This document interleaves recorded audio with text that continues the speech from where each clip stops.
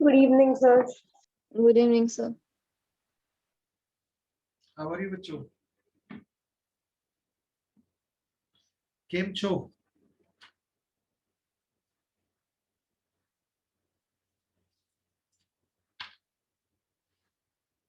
Last lecture में हम लोग डिस्कस कर रहे थे डिफरेंट कंसंट्रेशन टर्म्स, और डिफरेंट कंसंट्रेशन टर्म में हम percentage weight by wait discuss कर चुके थे। If percentage by wait is 30%, that means 100 gram of solution में 30 ग्राम सोल्यूट है और 70 ग्राम सॉल्वेंट है। इफ परसेंटेज बाय वॉल्यूम या वॉल्यूम बाय वॉल्यूम 30% है, it means 100 ml of solution ले लें तो उसमें 30 ml सोल्यूट है और 70 ml सॉल्वेंट है।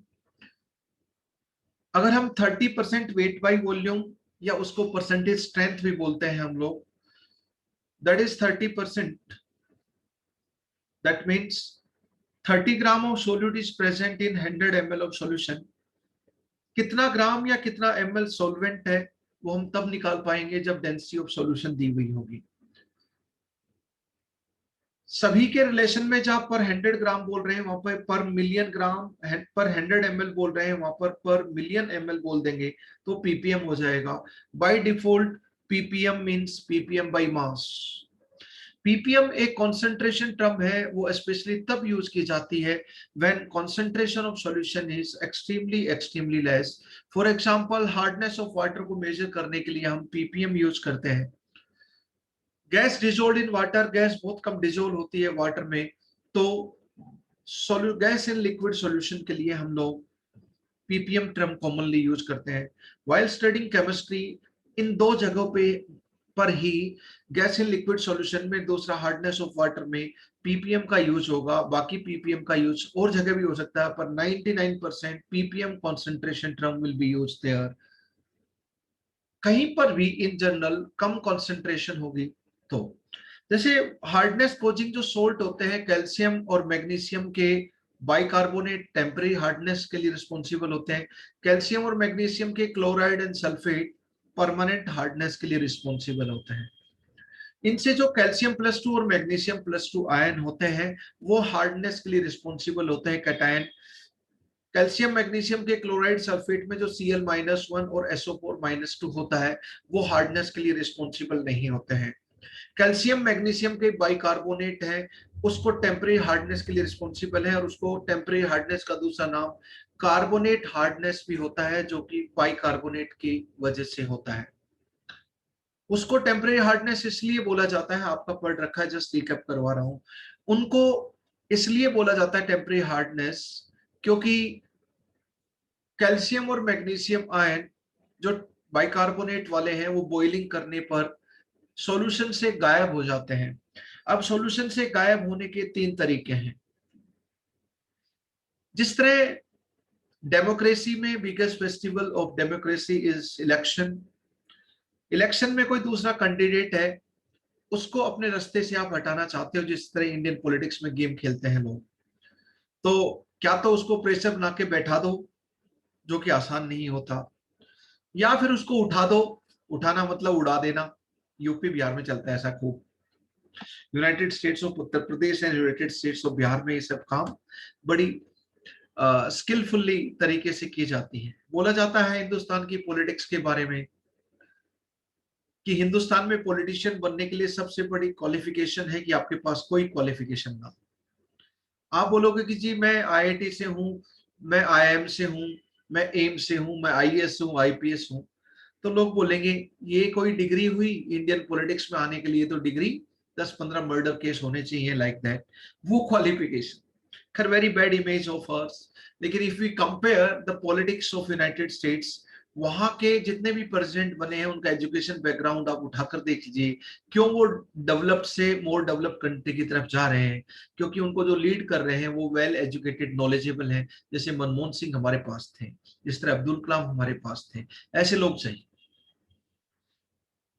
तो आईवी लीग यूनिवर्सिटी से पढ़े हैं यूनाइटेड स्टेट्स के जितने भी प्रेसिडेंट हुए हैं उनमें से 80%।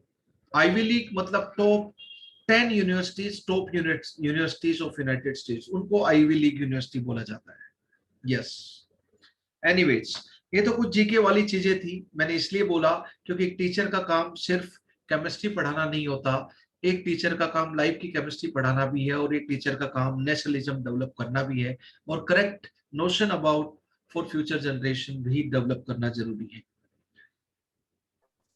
चाणक्य ने कहा था कि दुनिया की कोई भी प्रोफेशन देशभक्ति डेवलप नहीं कर सकते, सिर्फ टीचिंग कर सकते हैं, क्योंकि वो खुद टीचर थे, यही डेवलप कर सकते हैं। तो इनकी टीचिंग का एक हिस्सा होना चाहिए, इसलिए मैं हरदम जय हिंद जय भारत बुलवाता हूँ। ओके, पर उसके पीछे दो रीजन है, एक रीजन ये है। एनीवेज, तो दोस्तों डिफरेंट कॉन्सेंट्रेशन टर्म हम लोग डिस्कस कर रहे थे, उसमें 3% और 3 ppm हम लोग डिस्कस कर चुके थे। इसके अलावा अच्छा, स्ट्रेंथ डिस्कस नहीं की थी ना, strength 7th concentration term is strength. देखो 3 टर्म आप स्ट्रेंथ से रिलेटेड पढ़ोगे, जो भी पढ़ोगे मैं एक साथ बता देता हूं आपको। स्ट्रेंथ, इसकी यूनिट होती है वो ग्राम पर लीटर होता है, डिनोमिनेटर में volume in litre of solution, numerator में ग्राम ऑफ सॉल्यूट होगा। तो नाम से ही समझ में आता है, अगर डिनोमिनेटर में जो भी है उसको 1 ले लो, यहाँ पे लीटर ऑफ सॉल्यूशन है तो 1 लीटर ऑफ सॉल्यूशन ले लो, उसमें जितना भी ग्राम सॉल्यूट प्रेजेंट होगा वही उसकी स्ट्रेंथ होगी। फॉर एग्जांपल 1 लीटर सॉल्यूशन में 3 ग्राम सॉल्यूट है तो 3 ग्राम पर लीटर स्ट्रेंथ की वैल्यू हो गई। 1 लीटर सॉल्यूशन में इस तरह ही डेफिनेशन निकलती है, और उसी का मैथमेटिकल फॉर्मुलेशन हम लोग लिख देते हैं, वो डेफिनेशन ही है। तो इसकी यूनिट से ही आप लोग पकड़ जाओगे, strength, wait of solute present पर ग्राम ऑफ सॉल्यूट। सारी कॉन्सेंट्रेशन टर्म हम एक पर्टिकुलर सॉल्यूट के रिस्पेक्ट में डिफाइन करते हैं। 3 सॉल्यूट है, तीनों की स्ट्रेंथ अलग अलग होगी, तीनों की मोलरिटी अलग अलग होगी, तीनों की नॉर्मेलिटी अलग अलग होगी। तो वेट ऑफ सॉल्यूट कुछ भी नहीं बोला तो ग्राम में बाय डिफॉल्ट, पर लीटर ऑफ सॉल्यूशन, अगर मैं वी के नीचे लीटर लिख रहा हूं तो इसका मतलब मुझे मेंशन करना पड़ रहा है, क्योंकि कुछ नहीं लिखो तो ml में होता है। मैं बोलूं 3 लीटर है, मैं बोलूं 3 लीटर है, अब इसी को ही मैं बोलूं 3000 ml लिख दूं, तो मुझे 3 लीटर को 3000 ml डिवाइड बाई 1000 ml ऐसे भी लिख सकता हूं। ये तो v की वैल्यू इन लीटर हो गई, ये v की वैल्यू इन ml हो गई। जैसे ही लीटर से ml में कन्वर्ट करते हैं और सेम न्यूमेरिकल वैल्यू लिखनी है तो 1000 का फैक्टर लेके आना पड़ता है, divided by, right guys? Okay जी, this is,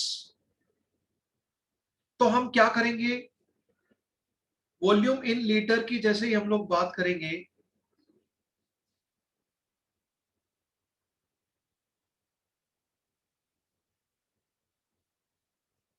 volume in litre की जैसे ही हम लोग बात करेंगे तो डब्ल्यू भी तो यो का ही हो रहा।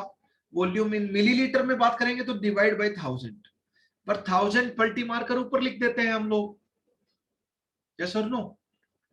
तो ये 1000 यहाँ पे बाय डिफॉल्ट वॉल्यूम ml में हो गया। तो बाय डेफिनेशन आप देख सकते हो ग्राम of solute present per 100 litre, यहाँ पे कुछ भी नहीं है तो राम नाम का 1 है।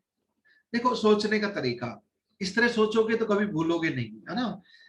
Your study will be poetry in motion, and that is actually the life is. मैं हरदम बोलता हूँ, start loving the things, things will be yours. This is the truth of life. Human mind works like that. तो volume in litre, इसको मैं 1 ले लूं, ये वॉल्यूम इन ml है, इसको मैं 1000 ले लूं, क्या? क्योंकि 1000 से, तो अगर मैं v in litre, volume of solution in litre की वैल्यू 1 लीटर ले लूं, तो ये 1 से उठ गया। जो भी डब्ल्यू बी है वो स्ट्रेंथ की वैल्यू है, न्यूमेरिकल वैल्यू, यूनिट तो अलग अलग है डब्ल्यू बी की और स्ट्रेंथ की। तो 1 लीटर सॉल्यूशन ले लो, या यहाँ पे 1000 ले लो, तो 1000 से 1000 उठ जाएगा, जो भी डब्ल्यू बी है वो स्ट्रेंथ है। तो डिफाइन कैसे करेंगे, डिनोमिनेटर को ऐसा कुछ रखो, 1000 ml रखो सेकंड रिलेशन के अनुसार, और फर्स्ट के अनुसार 1 लीटर लिखो, क्योंकि 1 से मल्टीप्लाई है, नथिंग इज मल्टीप्लाइड।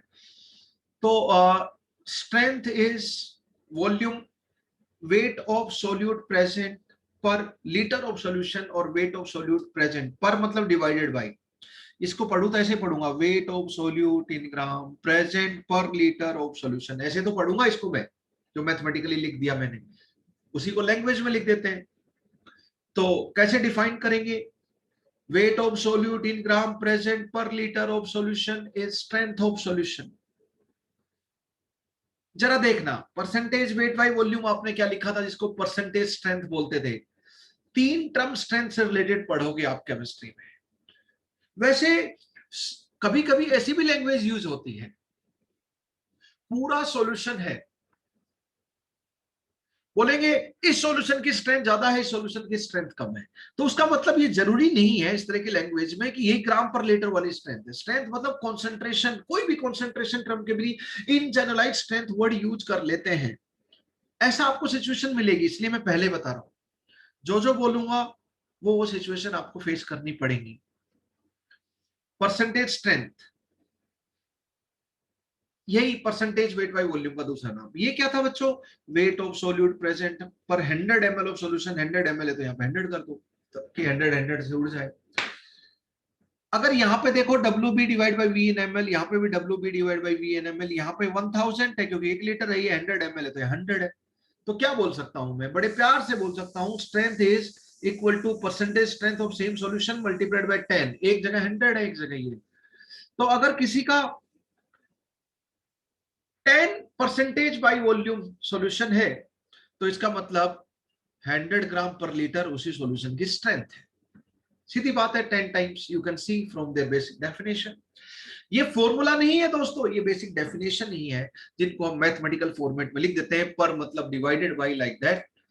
तो परसेंटेज स्ट्रेंथ और तीसरा होगा एक वॉल्यूम स्ट्रेंथ। 3 टर्म पढ़ोगे, दो ऊपर वाली स्ट्रेंथ को भी 100 से मल्टीप्लाई कर देंगे तो वो भी परसेंटेज स्ट्रेंथ बच जाएगी। इन दोनों में अंतर क्या है? ऊपर वाली की तो डेफिनेशन ही भाई पर लीटर या पर 1000 ml जितना ग्राम ऑफ सोल्यूट है, यही है। डिफाइन ऐसे किया है, फिक्स वैसे ही मानना है। हाँ, आप क्या चाहते हो कि इस 1000 को मैं 100 गुना में 10 लिख दूं? 1000 इंटू 100। समझा नहीं? 1000 इंटू 100 कर देंगे तो परसेंटेज बन जाएगा। कहां पर करना चाहते हो आप? मैंने 1000 ओरिजिनल लिख दिया, आप बताओ कहां पे क्या करूं? व्हाट यू तो वांट? इसके साथ 100 भी और मल्टीप्लाई कर दो। अच्छा, ऊपर भी और नीचे भी कर दूं? नो सर, ये फिर परसेंटेज बन जाएगा ना।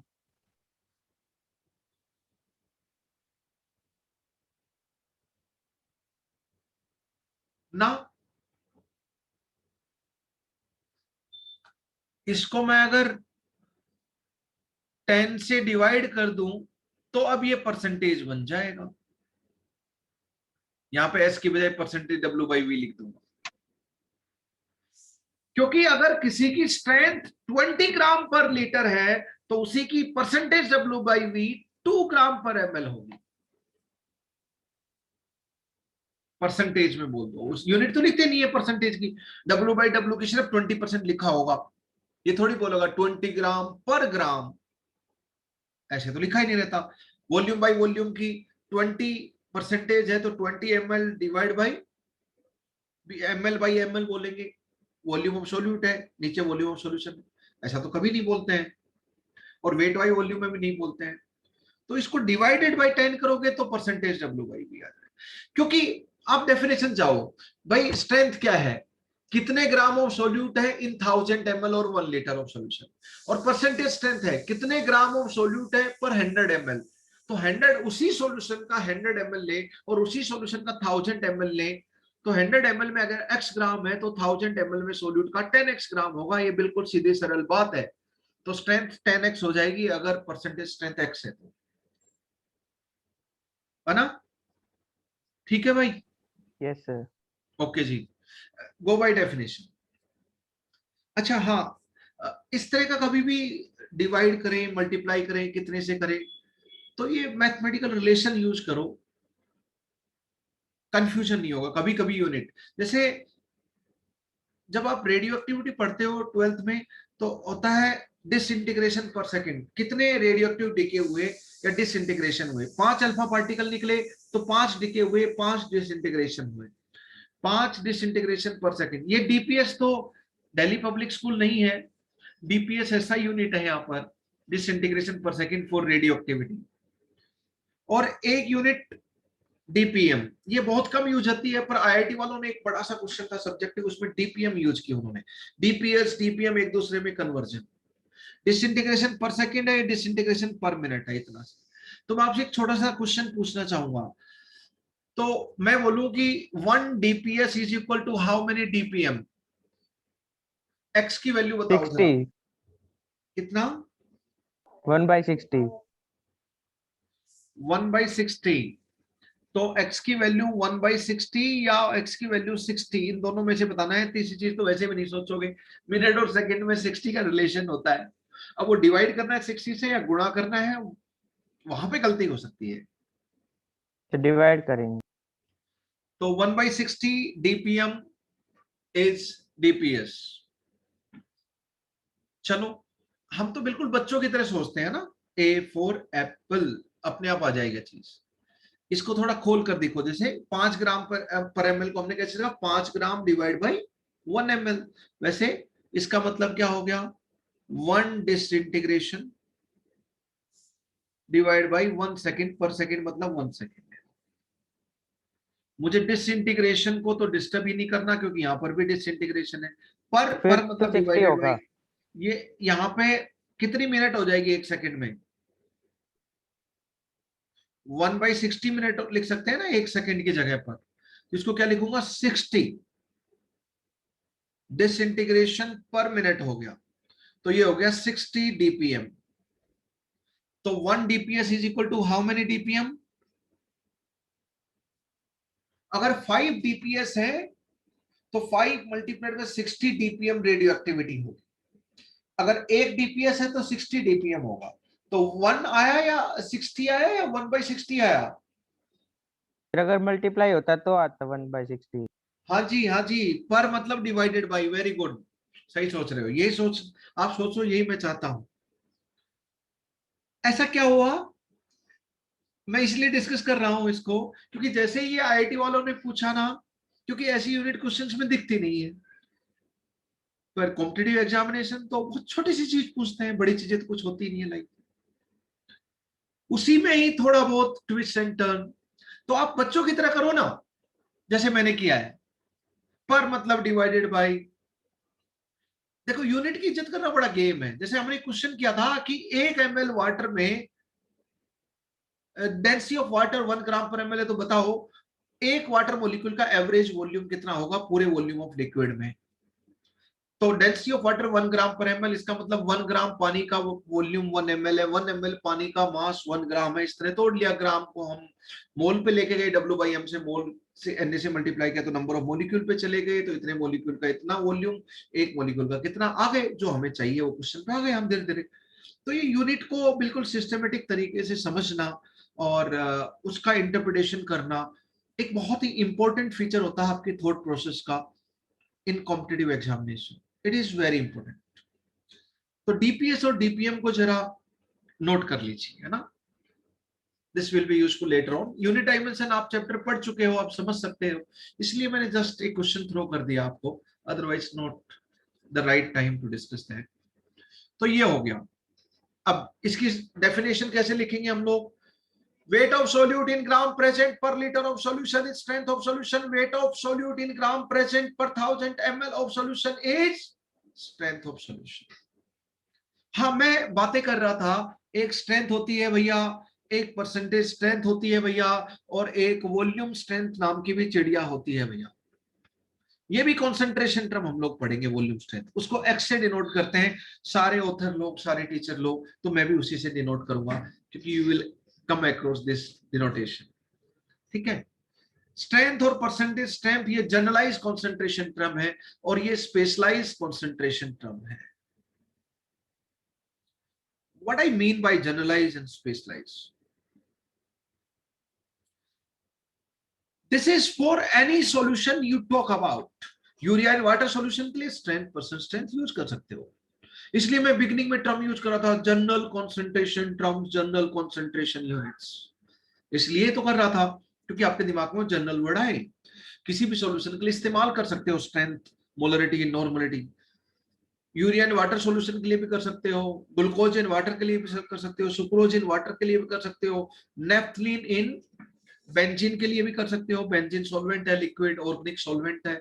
नेफ्थलीन बॉल्स आप लोगों ने देखी हैं आपके बाथरूम में, कहीं होटल में जाते हैं उसके बाथरूम में नेफ्थलीन बॉल्स डली हुई होती हैं। हम कपड़ों में नेफ्थलीन बॉल डालते हैं, लेकिन जो कपूर होता है वो कैम्फर बोल्स होती हैं, कैम्फर बोल्स, कैम्फर बोल्स होती हैं। दोनों अलग अलग है, दोनों की व्हाइट व्हाइट गोलियां दिखाई देती हैं। और आजकल हम बैग खरीदते हैं, फैब्रिक कोई भी खरीदते हैं, बैग खरीदा, ब्रीफ केस खरीदा जिसमें फैब्रिक यूज किया गया है, नॉट लेदर, है ना। तो उसमें आप जनरली छोटी छोटी गोलियां देखोगे एक पैकेट में बंधी हुई, और उसके ऊपर लिखा रहता है सिलिका जेल। ये क्वेश्चन की फॉर्म में आएगा कभी न कभी केमिस्ट्री में, इसलिए जीके की टाइप चीजें मैं डिस्कस कर रहा हूँ। ये गोलियां आप लोगों ने देखी होंगी, छोटी छोटी इसी साइज की होती है जिस साइज की मैं बना रहा हूँ, यू कैन इमेजिन इट। इस तरह एक छोटे से पैकेट में रख के बैग वैग खरीदते हैं हम कुछ दुकानों से, तो उसमें ऐसी आती हैं balls, silica gel. Silica gel होते हैं। सिलिका क्या होता है? SiO2। Solid in liquid is sol, liquid in solid is gel. तो SiO2 सॉलिड इसमें लिक्विड है, वाटर है। अब उसके अंदर तो वाटर है, अब जैसे ही मॉइस्चर वगैरह आता है, इसलिए रखते हैं बैग वगैरह में दुकानदार लोग, कोई भी कंपनी बेचने से पहले, ताकि वो अल्टीमेट कस्टमर के पास पहुंचे तो उसमें सीलन की वजह से फैब्रिक खराब नहीं हो। It adsorb. तो ये जो सिलिका बोला अपनी सरफेस के ऊपर H2O मॉलिक्यूल को बैठा लेती है, उसको AD बोलते हैं, एडजॉर्प्शन। AB नहीं, एब्जॉर्प्शन नहीं। एब्जॉर्प्शन तो बल्क प्रोसेस है। तो सिलिका जेल डेसिकेंट है। डेसिकेंट और डिहाइड्रेटिंग एजेंट, ये सब एक ही मतलब होते हैं। और भी बहुत सारे डिहाइड्रेटिंग एजेंट यूज करते हो, पर हम कॉमर्शियली इसका यूटिलाइज सिलिका जेल आपने जरूर देखा होगा। You must be good observer in life. पहले लोग बोलते हैं कि नहीं यार इधर उधर ज्यादा मत देखो, ये अच्छी चीजें नहीं होती, अच्छी क्वालिटी नहीं होती है, पर मैं हरदम बोलता हूँ you must be good observer. ये हम लोगों को सिखाया जाता है व्हेन वी गेट ट्रेन, है ना। इंडस्ट्रियल साइकोलॉजी सब सब्जेक्ट होते हैं। एक बहुत ही इंपॉर्टेंट इवेंट मैं आपको बताता हूँ। मेरे एक दोस्त था IIT के टाइम पे, टाइसन हम बोलते थे, वेरी इंटेलिजेंट। और हमारे टाइम पे इंडिया में, इंडिया की डोमेस्टिक सैलरी 23 लाख जाती थी IIT में, जो आज 60 to 70 लाख जाती है डोमेस्टिक सैलरी। ओवरसीज हरदम करोड़ों में जाती है, 2 करोड़ 2.5 करोड़ पहले भी जाती थी। तो 23 लाख के इंटरव्यू में टाइसन बैठा हुआ था फाइनल। एक पॉइंट के ऊपर वो रिजेक्ट हुआ। उसने बोला what is the USP of yours, unique selling point क्या है आपका, company, why company hires you. IIT में तो बाकी सब लोग भी इंटेलिजेंट है, why we specially choose you. तो उसने बोला कि good point about my personality, I am very good observer. मैं कहीं पे भी चलता हूँ, मेरी ऑब्जर्वेशन बहुत अच्छी होती है, and that is very helpful in life. पहले बचपन में हम लोगों को सिखाया जाता है कि ज्यादा इधर उधर ताकना झाकना नहीं, ऑब्जर्वेशन नहीं, ऐसी चीजें। और खास गर्ल्स को स्पेशली बोला जाता था ईयर्स बैक। आज तो बराबर treatment. This is the truth of our society, no doubt about it. पर लाइफ में देखो तो अच्छा ऑब्जर्वेशन करना एक अच्छी स्किल होती है। तो उसने बोला what is written on the logo of IIT BHU। Interview ने क्वेश्चन पूछा, तो टाइसन भाई साहब बोले sir that I don't no.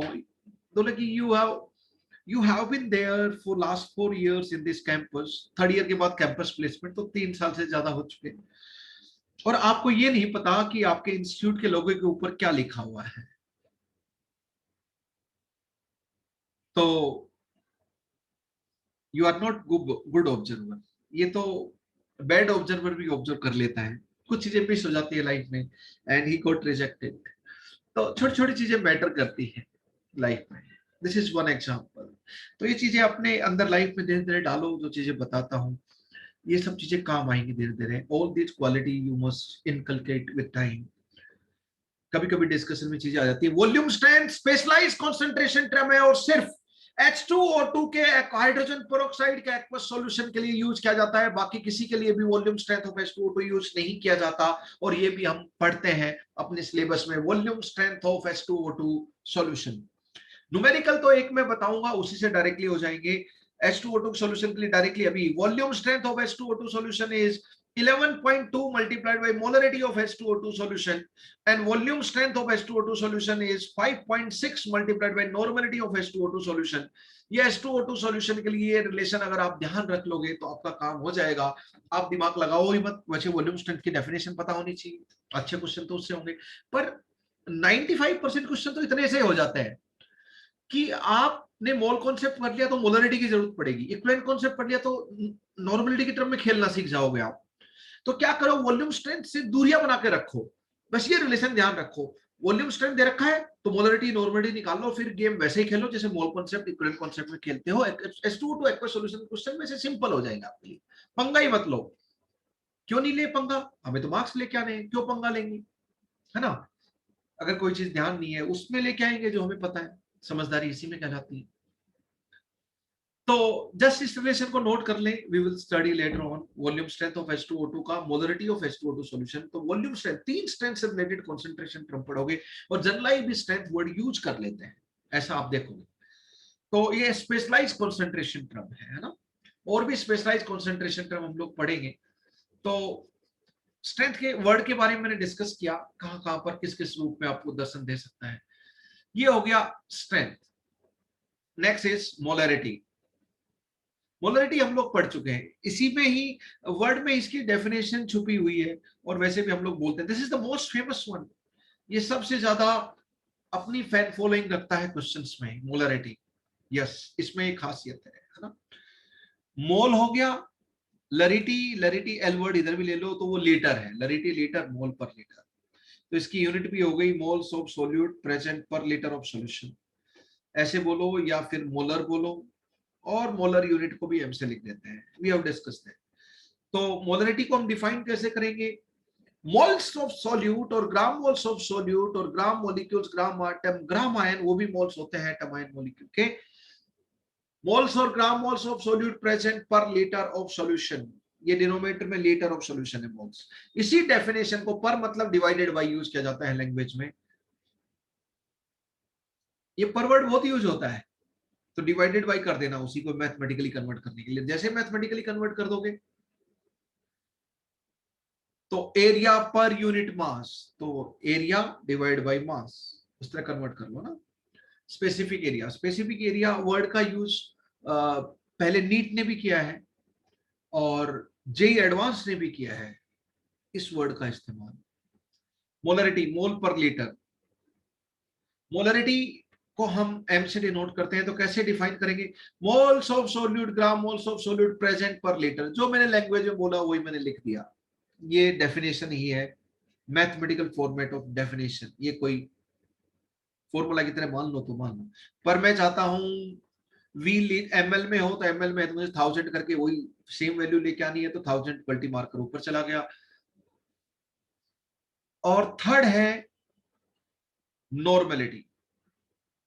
तीनों टर्म मिलती जुलती हैं इसलिए एक साथ लिख रहा हूं। नॉर्मलिटी की यूनिट होती है इक्विवेलेंट पर लीटर, ये इक्विवेलेंट सॉल्यूट के हैं, इक्विवेलेंट और ग्राम इक्विवेलेंट, इक्विवेलेंट तो हम लोग इक्विवेलेंट कॉन्सेप्ट में पढ़ते ही है, लीटर ऑफ सॉल्यूशन।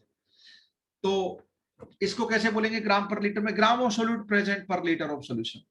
इसको क्या बोलेंगे, मोल पर लीटर को मोल of solute present per litre of solution. ये क्या हो गया, equivalent of solute present per litre of solution, किसके, सॉल्यूट का न्यूमरेटर। तो इक्विवेलेंट ऑफ सॉल्यूट, बी मतलब solute, present per litre of solution, इसी को मैं लैंग्वेज में लिखूंगा, इसी को मैंने ऐसे लिख दिया। अब वॉल्यूम एमएल में रखें तो 1000 मल्टी मार्कर ऊपर, तो ये हो गया नॉर्मलिटी का रिलेशन।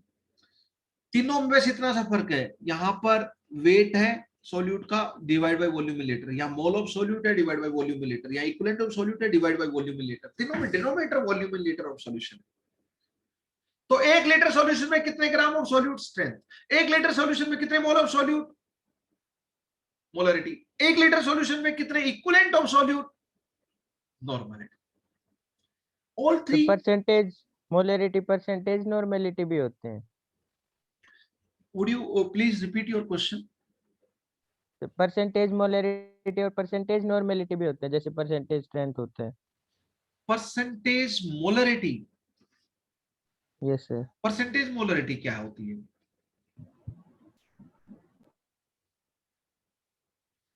परसेंटेज मोलरिटी क्या बोलना चाहते हैं सर ये होता है ये कोई टर्म? ना। परसेंटेज मोलरिटी कुछ नहीं होता, मोलरिटी होता है और परसेंटेज होते हैं अलग अलग कॉन्सेंट्रेशन टर्म। ठीक है, yes sir.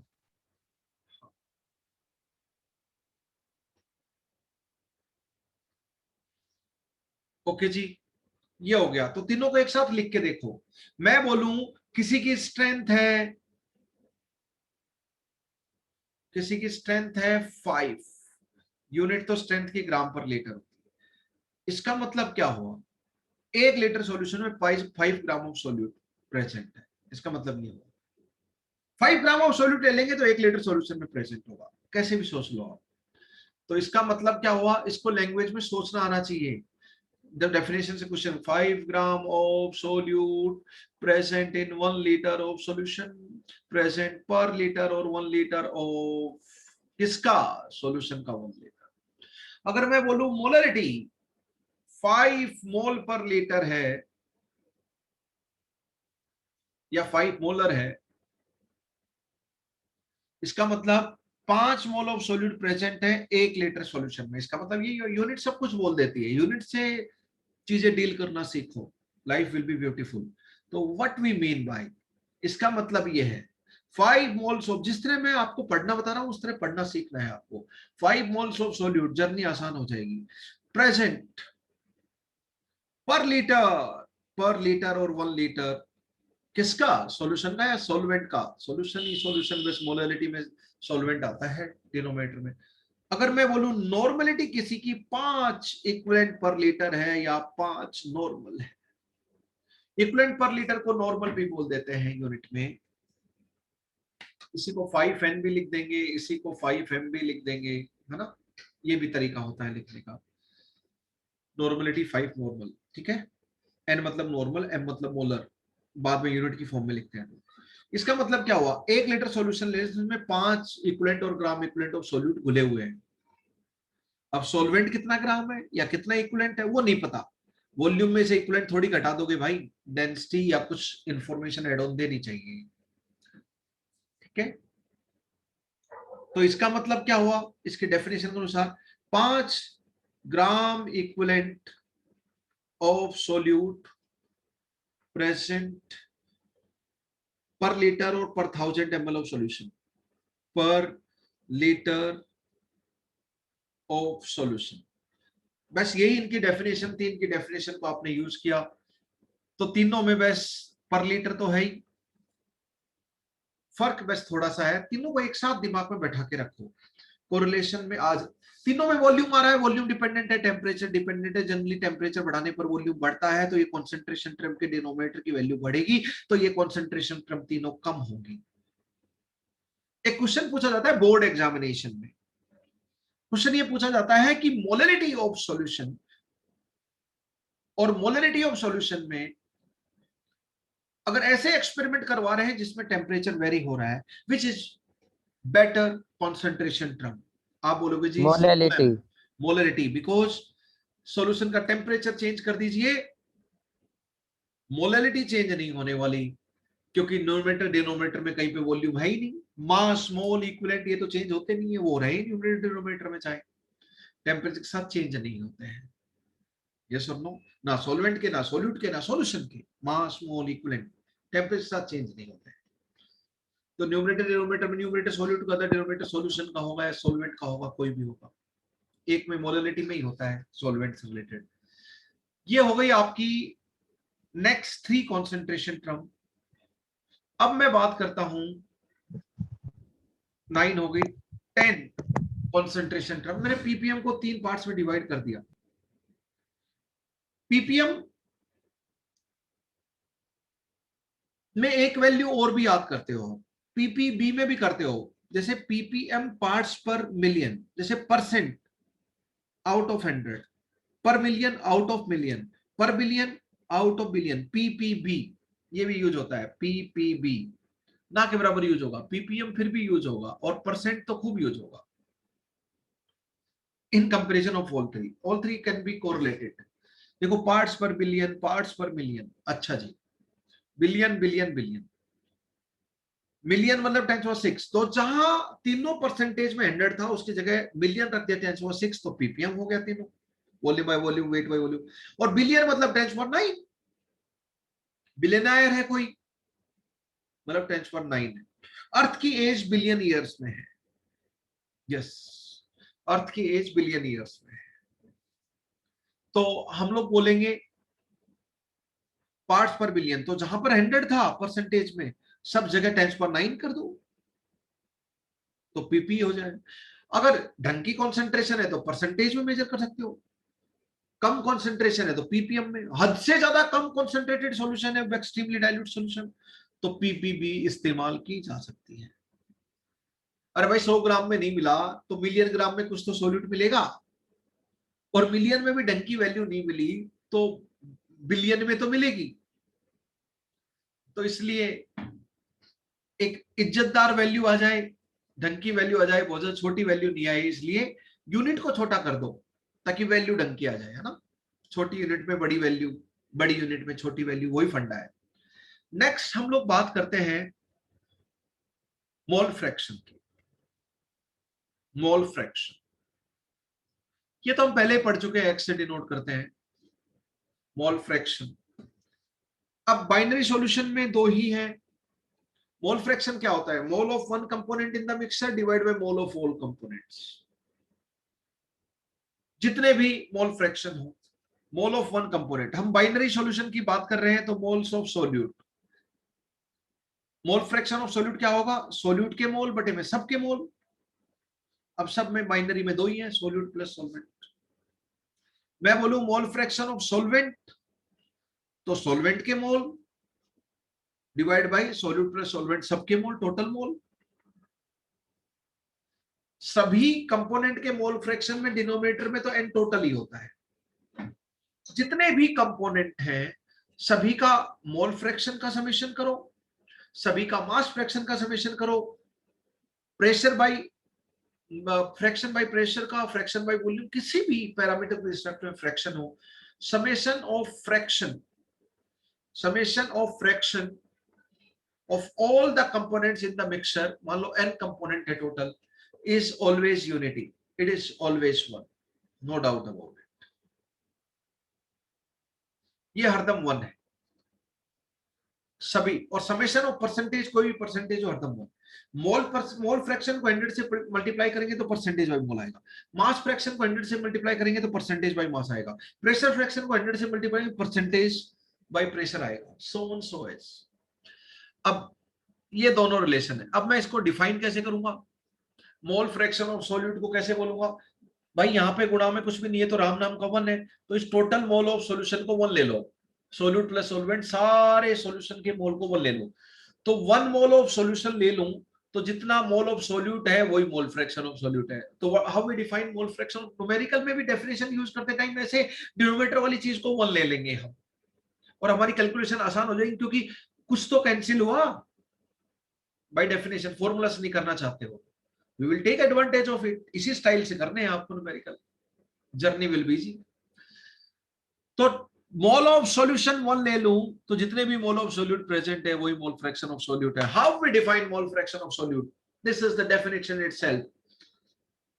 Mole fraction of solute is defined as moles of solute present per mole of solution. खत्म। How we define? I made mistake, यहाँ पे मुझे सॉल्वेंट का मोल लिखना था, है ना।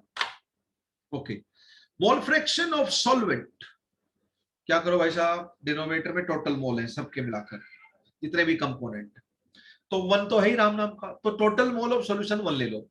तो total mole of solution one लूंगा तो मोल्स ऑफ सॉल्यूट कितने होंगे? वन से कम ही होंगे, क्योंकि मिक्सचर है, प्योर तो है नहीं। तो मोल ऑफ सॉल्वेंट 0.9, 0.8, 0.6, यानी कि मोल फ्रैक्शन की वैल्यू हरदम लेस देन वन है। भाई ऊपर तो सिर्फ एक के मोल है, नीचे टोटल मोल है, तो डिनोमिनेटर बड़ा होगा, तो mole fraction is always less than one.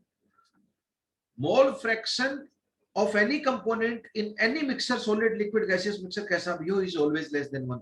उसकी वैल्यू 1.8 नहीं आ सकती है। आप बोलोगे सर 1 भी आ सकती है क्या? हाँ आ सकती है, पर वो मिक्सचर नहीं, फिर प्योर हो जाएगा, प्योर। 1 कब होगा? मोल फ्रैक्शन की वैल्यू 1 मतलब वो मिक्सचर नहीं है, pure solid, pure liquid, pure gas है, प्योर है। अगर x की वैल्यू लेस देन 1 है तो मतलब मिक्सचर है, वो मिक्सचर में वो कंपोनेंट प्रेजेंट है जिसका x लेस देन 1 कुछ वैल्यू आ रही है, 0.9, 0.8, 0.3, व्हाटएवर भी, ठीक है। तो x भी 1, तो अगर मैं केस लो, case 1 for pure solvent, pure A कोई भी कंपोनेंट, तो क्या बोलूंगा, XA की वैल्यू 1 तो XB की वैल्यू अपने आप 0, क्योंकि XA प्लस XB इज 1 ना यार, सभी का समेशन क्या होगा, यहाँ पे 2 ही है, तो x1 प्लस x2 बोल दो, XA plus XB is always 1। यहां से देख लो मैथमेटिकली 1 प्लस 2 करो, 1 प्लस 2 करोगे तो XA प्लस XB डिनोमिनेटर में NA प्लस NB आ गया, एलसीएम लिया तो ऊपर भी NA प्लस NB आ गया, तो NA plus NB divide by NA plus NB 1। वैसे भी देख सकते हो मैथमेटिकली, मैं तो इसी चीज को लिख रहा हूं बाइनरी सॉल्यूशन के लिए, जनरलाइज तो नीचे वाला है, सभी कंपोनेंट का मोल फ्रैक्शन का समेशन हरदम यूनिटी होता है। एक दूसरी ऑब्जर्वेशन और देखो, 1 डिवाइड बाई 2 को 2 डिवाइड बाई 1, 1 डिवाइड बाई 2 कर दो, चलो XB बाई XA, इसको यूज करूंगा मैं बाइनरी सॉल्यूशन में या किसी भी टर्नरी क्वार्टरनी किसी मिक्सचर में। Ratio of respective moles is same as ratio of respective mole fraction. Fraction का जो रेशियो होगा, जैसे फ्रैक्शन बाई मास है तो मास का रेशियो भी वही होगा, डिवाइड कर लो 1 divide by NA by NA plus NB denominator में दोनों में उड़ जाएगा, तो क्या हो जाएगा, ratio by mole of component is same as ratio by mole fraction, ratio by mass of component is same as ratio of mass fraction of corresponding component. तो मास प्रोपोर्शन और मास फ्रैक्शन का proportion respective component का same होता है, mole fraction का और moles का proportion और रेशियो रिस्पेक्टिव कंपोनेंट का हरदम सेम होगा। इस चीज को हम आगे यूज भी करेंगे, जहां पे NB बाई NA आ रहा होगा ना, उसकी जगह प्यार से XB बाई XA भी चिपका सकते हैं अगर क्वेश्चन की डिमांड है तो। If XA is equal to 1, XB is equal to 0, तो XB को 0 पुट करो तो NB पक्का 0, NB 0 तो NA divide by NA plus 0 is 1, तो XA अपने आप 1 आ गया, यानी फॉर्मूला में पुट कर लो। तो इसका मतलब क्या हो गया, प्योर A है।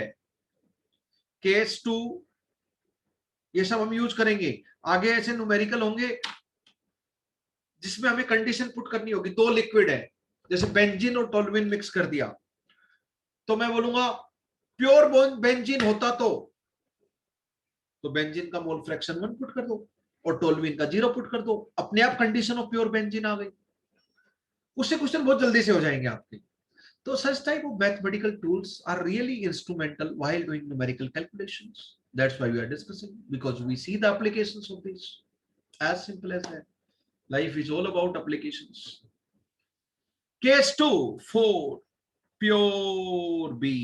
अच्छा जी, क्या लिख दूं, मोल फ्रैक्शन ऑफ B1 और मोल फ्रैक्शन ऑफ A अपने आप 0 हो जाएगा, क्योंकि XA प्लस XB हरदम 1 होता है बाइनरी में, वो तो होना ही होना है। यहां पुट करके देखो, XA 0 पुट करो तो NA की वैल्यू 0 आएगी पक्का। ऊपर वाले फॉर्मूला में NA की वैल्यू 0 पुट करो तो NB divide by 0 plus NB, यानी कि NB बाई NB 1 आ गया, तो XB 1 आ गया, देख सकते हो। तो जब भी किसी का मोल, 5 कंपोनेंट एक मिक्सचर में किसी भी एक का मोल फ्रैक्शन 1 हो गया तो बाकी प्रेजेंट ही नहीं है, प्योर कंपोनेंट 1 ही प्रेजेंट है, वो मिक्सचर है ही नहीं मोल फ्रैक्शन 1 होते ही, क्योंकि बाकी सबके मोल फ्रैक्शन 0, तो मोल भी 0, अमाउंट भी 0 उनका, तो मिक्सचर कहां हुआ, बाकी है ही नहीं, 0 है तो। ठीक है, तो प्योर ए और प्योर बी की कंडीशन आपको इस तरह मैथमेटिकली पुट करनी आनी चाहिए। Summation of mole fraction of all the component, not only this in liquid solution, anywhere is 1। Summation of fraction is always unity, चाहे मास फ्रैक्शन, वॉल्यूम फ्रैक्शन, कुछ भी हो, दिस इज अबाउट। तो मैं मोल fraction of solvent को कैसे define करूंगा, total mole of solute 1 ले लो, जितने भी मोल्स ऑफ सॉल्वेंट होंगे 1 मोल ऑफ सॉल्यूशन में, वही मोल फ्रैक्शन ऑफ सॉल्वेंट होगा। तो mole fraction of solvent is defined as moles of solvent present per mole of solution, ये डेफिनेशन है, ये लिखी हुई है, इसी का पर मतलब डिवाइडेड बाय। मैं बोलूंगा मोल फ्रैक्शन ऑफ सॉल्यूट को लैंग्वेज में डिफाइन करो, बोर्ड एग्जामिनेशन में लिखना है आपको, तो क्या करोगे, इसी में डेफिनेशन छुपी हुई है, समझो, तो समझना जरूरी है, कुछ बोलता है सुनो। तो वही स्टाइल, डिनोमिनेटर को कुछ ऐसा रखो ताकि वो वाला जो न्यूमेरिकल वैल्यू 100 जो भी लिखी हुई है वो उड़ जाए। तो टोटल मोल ऑफ सॉल्यूशन 1 ले लो, तो जो NB होगा मोल्स ऑफ सॉल्यूट, वही मोल फ्रैक्शन ऑफ सॉल्यूट होगा, XB होगा। तो मोल फ्रैक्शन ऑफ सॉल्यूट को डिफाइन कैसे करेंगे, moles of solute present per mole of solution, खेल खत्म, पैसा हजम। तो इन दोनों रिलेशन को हम XA और XB कभी भी दो वैल्यू नहीं होंगी। XA 0.3 तो XB अपने आप 0.7, XA 0.5 तो XB अपने आप 0.5, XA 0.7 तो XB अपने आप 0.3, XA 0.9 तो XB अपने आप 0.1। XA XB दो वेरिएबल नहीं है, दो पैरामीटर नहीं है, एक ही है, क्योंकि XA XB में एक relation is equal to 1। XA plus XB हरदम जिंदाबाद है, वो हमें पता ही रहता है। ठीक है, okay. If I say mole fraction of solute is 0.3, तो इसका मतलब क्या समझोगे फ्रॉम इट्स डेफिनेशन? इसका मतलब यह है कि अगर एक मोल सॉल्यूशन का ले लो, सोल्यूट प्लस सॉल्वेंट का, उसमें 0.3 मोल सोल्यूट के हैं, 0.7 मोल सॉल्वेंट, अगर एक मोल सॉल्यूशन ले लो तो that means 0.3 moles of solute present per mole of solution, denominator में सॉल्यूशन है। इसका मतलब ये हुआ, ठीक है, ये इसकी definition. 11 molality small one, also important one. Unit क्या है भाई साहब इसकी? मोल, मोल मोलैलिटी मोल, पर डिनोमिनेटर में केजी आएगा। ये केजी किसका है इस बार? बताओ भाई जल्दी से। सॉल्वेंट, सॉल्वेंट का। ये मोल किसके हैं? सॉल्यूट। अच्छा, मोल पर केजी, या फिर इसकी यूनिट को मोलल भी बोलते हैं, स्मॉल एम से डिनोट करते हैं, है ना? तो डिफाइन कैसे करेंगे? Moles of solute present per KG of solvent, है ना? जो मैंने बोला उसी को मैं एक मैथमेटिकल फॉर्मेट में लिख देता हूं। मोल्स ऑफ सॉल्यूट पर केजी ऑफ सॉल्वेंट, सॉल्वेंट मतलब ए, पर केजी बोला है, पर केजी मतलब ये 1 हो गया, कुछ भी नहीं है तो 1 तो है ना। अगर मैं किलोग्राम को ग्राम में कन्वर्ट करूंगा, WA ग्राम में लिखूं, डिवाइड बाय 1000, 1000 पलटी मारकर ऊपर, यही डेफिनेशन है। This is the mathematical format of the definition. तो यहाँ पे कुछ भी नहीं है, तो राम नाम का 1 है, तो WA इन केजी 1 ले लो, 1 केजी ऑफ सॉल्वेंट ले लो। 1 केजी ऑफ सॉल्वेंट के साथ इसको 1 ले लोगे तो जो NB है वही M है, स्मॉल m मोलैरिटी। तो पर केजी ऑफ सॉल्वेंट के साथ जितने मोल ऑफ सॉल्यूट घुले हुए हैं प्रेजेंट है, वही मोलैरिटी। या पर 1000 ग्राम ऑफ सॉल्वेंट के साथ जितने भी मोल ऑफ सॉल्यूट घुले हुए हैं, वही मोलैरिटी की वैल्यू है। या 1000 ले लो इसकी वैल्यू ताकि कट जाए, यहाँ पे 1 ले लो इसकी वैल्यू, केजी में ले रहे हो तो 1 केजी या 1000 ग्राम ऑफ सॉल्वेंट। अगर मैं बोलूं कि मोलैरिटी की वैल्यू 0.2 है, 0.2 मोलल या मोल पर केजी है, what we mean by it? इसका मतलब यही है इसकी डेफिनेशन कि 1 केजी सॉल्वेंट ले लो तो उसमें 0.2 मोल ऑफ सॉल्यूट घुले हुए हैं, 1 केजी सॉल्वेंट के साथ 0.2 मोल ऑफ सॉल्यूट और प्रेजेंट है, तो सॉल्यूशन का तो कुछ अलग 1 केजी से ज्यादा मास होगा, क्योंकि सॉल्यूट का तो इंक्लूडेड नहीं है, सिर्फ सॉल्वेंट है 1 केजी, तो 1000 ग्राम से ज्यादा होगा सॉल्यूशन का। तो मतलब क्या हुआ? 0.2 मोल्स ऑफ सोल्यूट, इस तरह आपको जरूर पढ़ना आना चाहिए, जिस तरह मैं लिख रहा हूं हर जगह डेफिनेशन, प्रेजेंट इन 1 केजी, किसका? 1 केजी और 1000 gram of solvent. Solvent. This is the way to interpret the data. Molality इतनी दे रखी है तो उसका मतलब क्या समझोगे, नॉर्मलिटी इतनी दे रखी है तो मतलब क्या समझोगे, ये सब आपको समझ में आना चाहिए, राइट?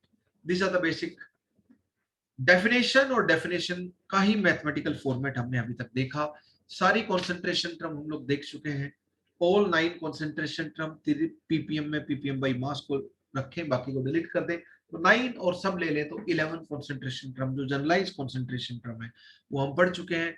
कुछ स्पेशलाइज कॉन्सेंट्रेशन टर्म जैसे volume strength of H2O2 aqueous solution, percentage labelling of oleum, oleum मतलब H2SO8, H2SO7, इसको ऐसे तोड़कर लिखो H2SO3 plus SO3। SO3 gas के फ्यूम्स है, सल्फ्यूरिक एसिड तो लिक्विड होता है, पानी की तरह ट्रांसपेरेंट लिक्विड, तो fumes of SO3 gas in sulfuric acid liquid, that is solvent, is fuming sulfuric acid and that is known as oleum। तो तो ओलियम का नाम अगर फ्यूमिंग सल्फ्यूरिक एसिड लोगे तो ओलियम आपको ज्यादा अच्छे से समझ में। आपने तेजाब का नाम सुना होगा, तेजाब मूवी वगैरह में देखो, तेजाब फेंक दिया है ना, किसी की बॉडी का एक पर्टिकुलर पार्ट ही डैमेज हो गया, बहुत खतरनाक डिहाइड्रेटिंग एजेंट होता है। लिविंग सेल्स के ऊपर कॉन्सेंट्रेटेड सल्फ्यूरिक एसिड या ओलियम गिर गया तो मान लीजिए वो लिविंग सेल्स डेड सेल्स में कन्वर्ट हो जाएंगे, एनिमल प्लांट्स।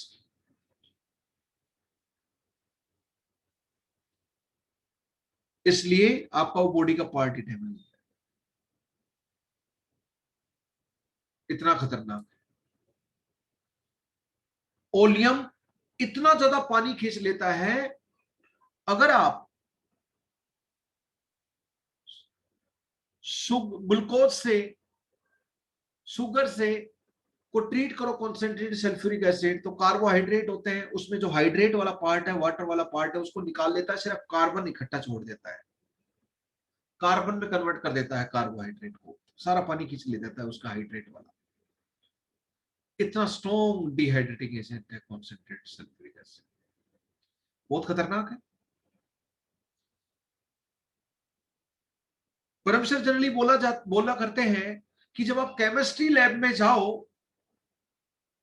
तो बच्चों वहां पे आप टेस्ट करो, टेस्ट मत करो, क्योंकि कौन सा केमिकल टेस्ट करते टाइम आपकी जिह्वा को डैमेज कर दे पता नहीं, इसलिए टेस्ट करें, टेस्ट ना करें। Chemicals are very risky, chemicals में बहुत कुछ छुपा हुआ है। तो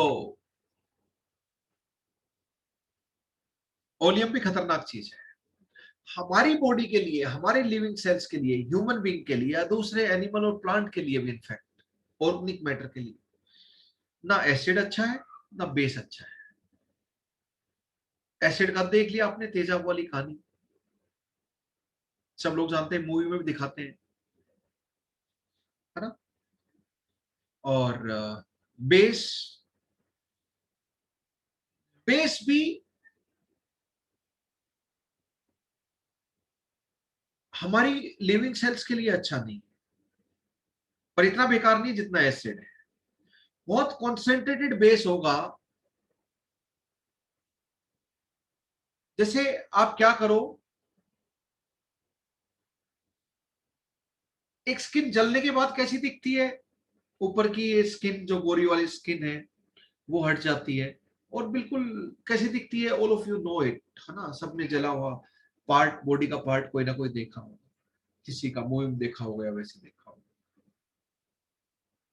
पूरा लाल लाल सा, और ये स्किन जैसे पील हो गई हो। इसी तरह अगर बहुत कॉन्सेंट्रेटेड बेस में आप एक चिकन का पीस रखते हो ना, उसके ऊपर की जो स्किन है, आउटर स्किन, उसके साथ रखो, बस उसका एकदम जो बाहर वाला पार्ट है जिसपे हेयर्स वगैरह है वो रिमूव कर दीजिए, बाकी अंदर वाली स्किन है। कुछ देर बाद आप निकालना, टाइम लगेगा, बेस इतना खतरनाक नहीं होता। जिस तरह जली हुई चीज होती है ना, बिल्कुल वैसा का वैसा दिखाई देगा। ये एग्जांपल मैं इसलिए नहीं बता रहा कि आप इसको करके देखें, मैं इसलिए बता रहा हूं कि बेस भी लिविंग सेल्स के लिए हद से ज्यादा बेसिक कॉन्सेंट्रेट बेस बेकार नहीं है, डाइल्यूट बेस ओके है। वो भी डिहाइड्रेट कर देते हैं। डिहाइड्रेट नहीं करता वो, जैसे कोरोजन होता है ना, एब्रेसिव नेचर होता है उसका, कोस्टिक बोलते हैं। कोस्टिक वर्ड का ही मतलब है, तो caustic soda, caustic potash, NaOH, KOH, caustic word ही एब्रेशन से है। वो इरोड कर देता है, स्किन को इरोड कर देता है, लिविंग सेल्स को ऊपर से हटा देता है, तो अंदर के सेल तो जला हुआ टाइप दिखेगा, और क्या। That's why. खैर, तो केमिस्ट्री लैब में जाए तो टेस्ट करें, टेस्ट ना करें, है ना, because chemicals can be very dangerous, chemicals can be very friendly, it depends on the chemical, just like human being for another human being, quite true। तो ये हो गया molality, moles of solute present per KG of solvent, moles of solute present per KG of solvent, ये molality हो गई। तो दोस्तों हमने बहुत सारी कॉन्सेंट्रेशन टर्म सब की सब हमने डिस्कस की। अब सारी कॉन्सेंट्रेशन टर्म के ऊपर हम न्यूमेरिकल एप्लीकेशन डिस्कस करना स्टार्ट करते हैं बारी बारी, और फिर उनमें कुछ मैथमेटिकल रिलेशन भी देखेंगे, सब में फॉर्मूला भी देखेंगे सब। अगर मैं आपको एक छोटा सा क्वेश्चन दे दूं कि एक सॉल्यूशन है 30% बाई वेट वाला, और उसका मैंने 100 ग्राम सॉल्यूशन लिया। दूसरा सॉल्यूशन है वही मान लो एक्वस यूरिया सॉल्यूशन है। यूरिया होता है NH2C double bond O NH2, है ना। ग्लूकोज का मॉलिक्यूलर फॉर्मूला C6H12O6।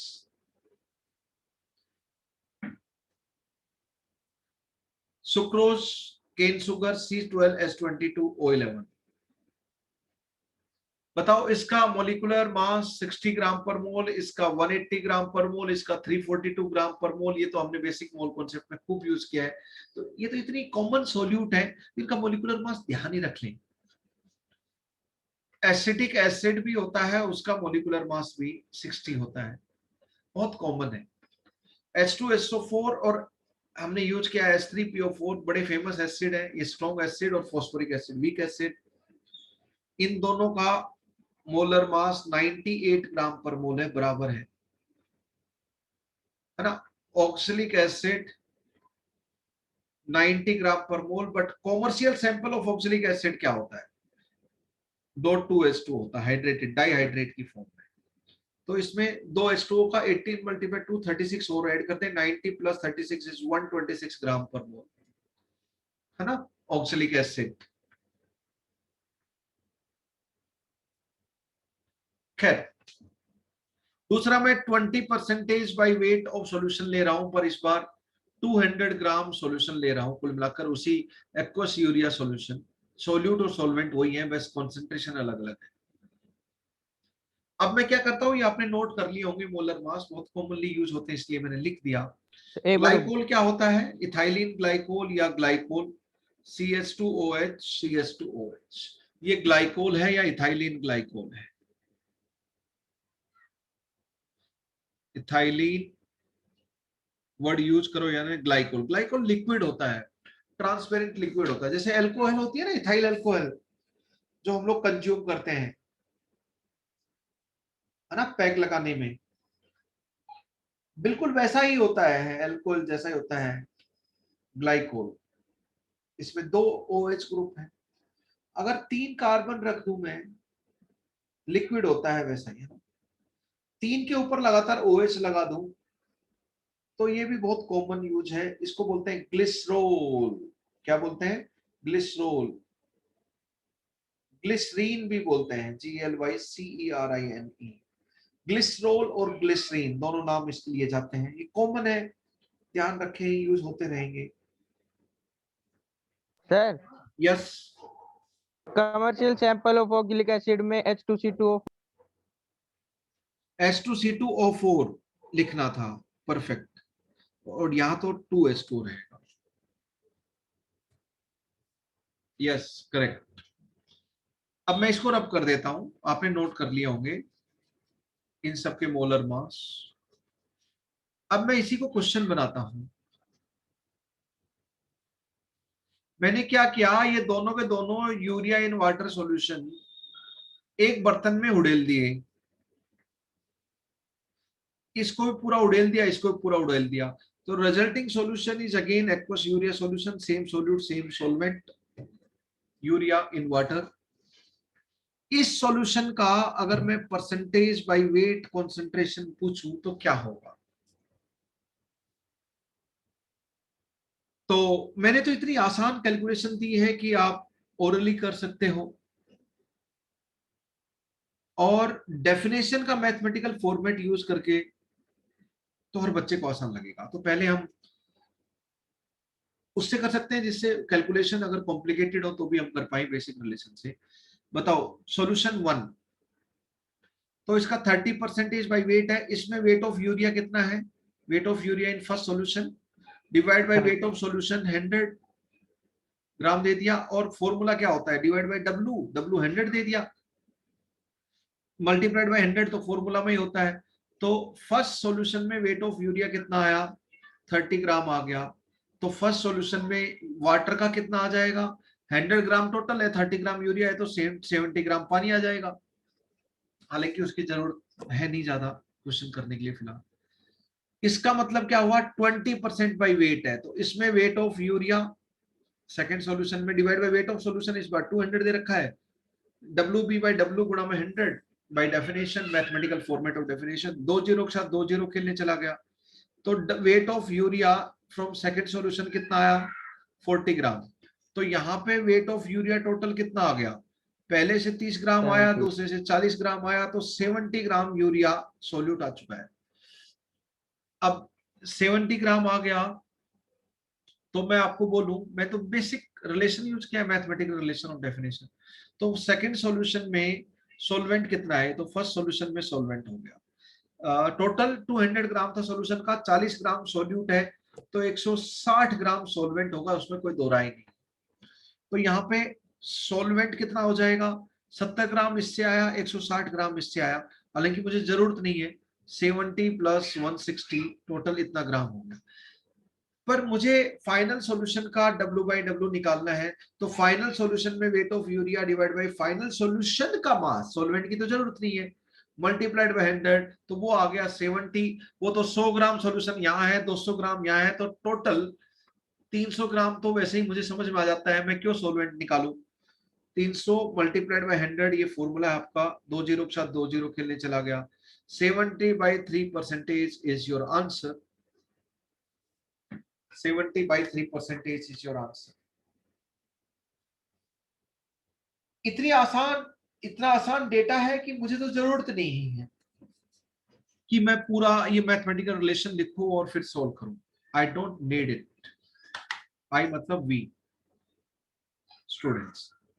क्यों, क्योंकि भाई साहब मुझे पता है 30% बाई वेट सॉल्यूशन का मतलब होता है 30 gram of solute is present in 100 gram of solution, यही डेफिनेशन है।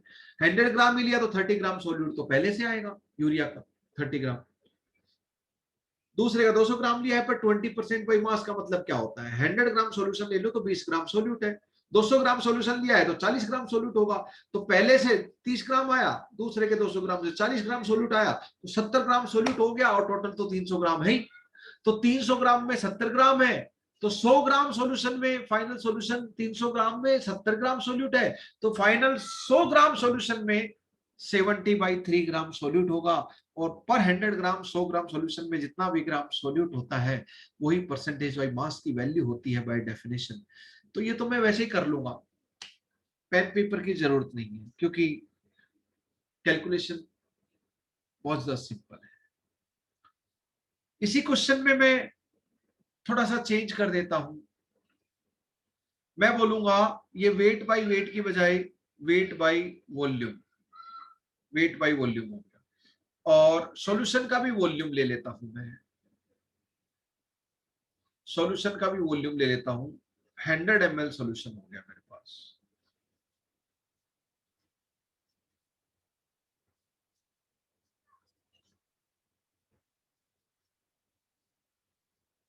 हंड्रेड ml सॉल्यूशन हो गया,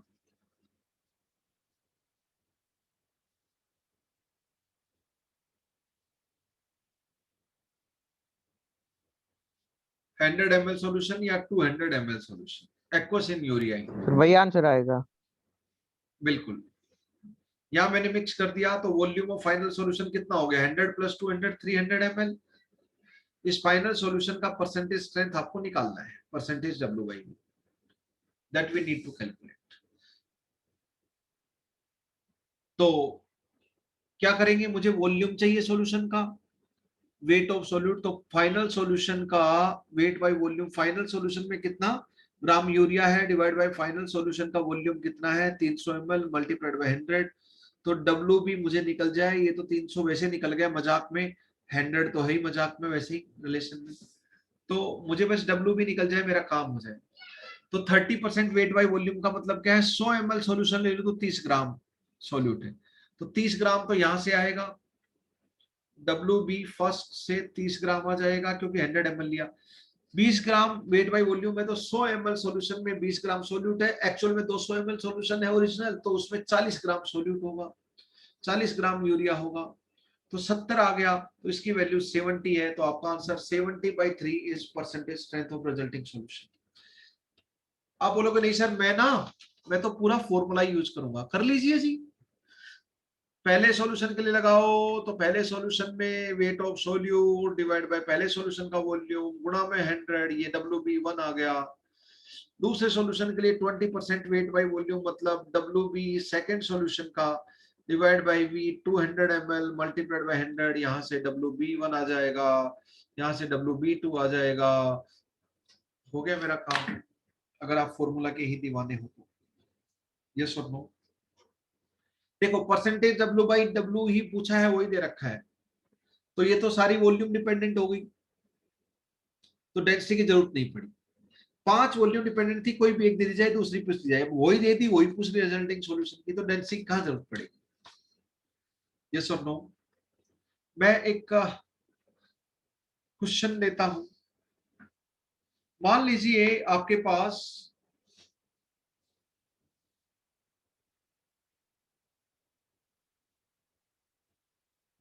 60 gram of urea is added to